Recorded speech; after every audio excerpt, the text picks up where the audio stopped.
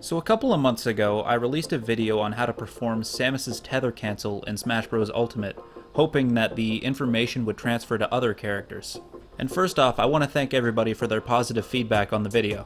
But since then, I've received a couple comments asking me to cover how to perform this with Joker's up B, because it seems to operate a little bit differently than Samus's Tether.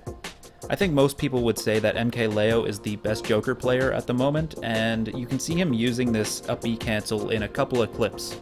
But there are a couple of quirks with Joker's grappling hook that kind of make this a little more finicky than Samus's Tether in my opinion, so I'm going to break down how this works in this video today.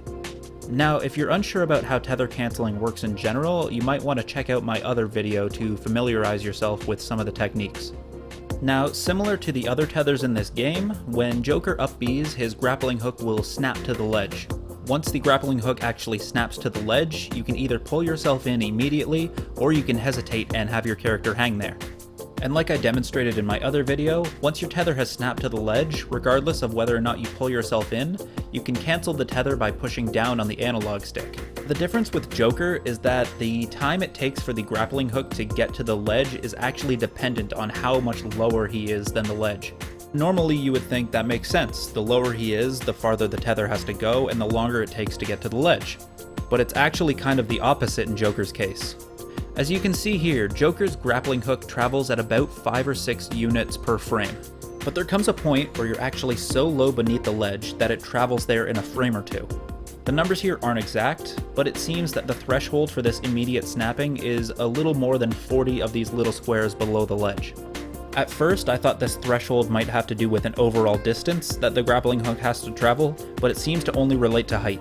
The reason this is important to keep in mind is because the grappling hook actually can't be cancelled until it touches the ledge, meaning that below this height threshold it can actually be cancelled quicker than if you did the up B higher up. Also keep in mind that this isn't a technique that can be buffered. If you hold down on the analog stick while the grappling hook is in mid-flight, then when it reaches the ledge nothing will happen. But once it does reach the ledge, all you need to do is press down and cancel the tether, and then you have access to everything you could normally do. But this is where there's another difference between this and the Samus tether.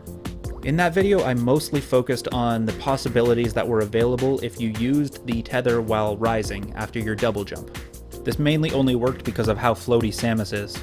With Joker, it's important to use this technique before you waste your double jump. In the instances that you can see MkLeo doing this, he always has his double jump available to use after canceling the tether. If you waste your double jump before you do the cancel, unless you're about to up B again immediately, you're probably going to plummet to your death. There is a small amount of wiggle room here, but I would say that it's ill-advised. So the key technique would be to use your grappling hook while you still have your double jump, cancel the tether once it's reached the ledge, and then you can either use an aerial or some sort of action and then double jump and recover, or you can immediately double jump if you think maybe someone's going to try to reach your grappling hook recovery. At which point you could use an air dodge up or in, or try to use an aerial to swipe them off the ledge. There are a couple of options you can use at this point, but that's for you to explore. Hopefully you've enjoyed this video, and if you have any more questions, let me know in the comments. But until next time, later days.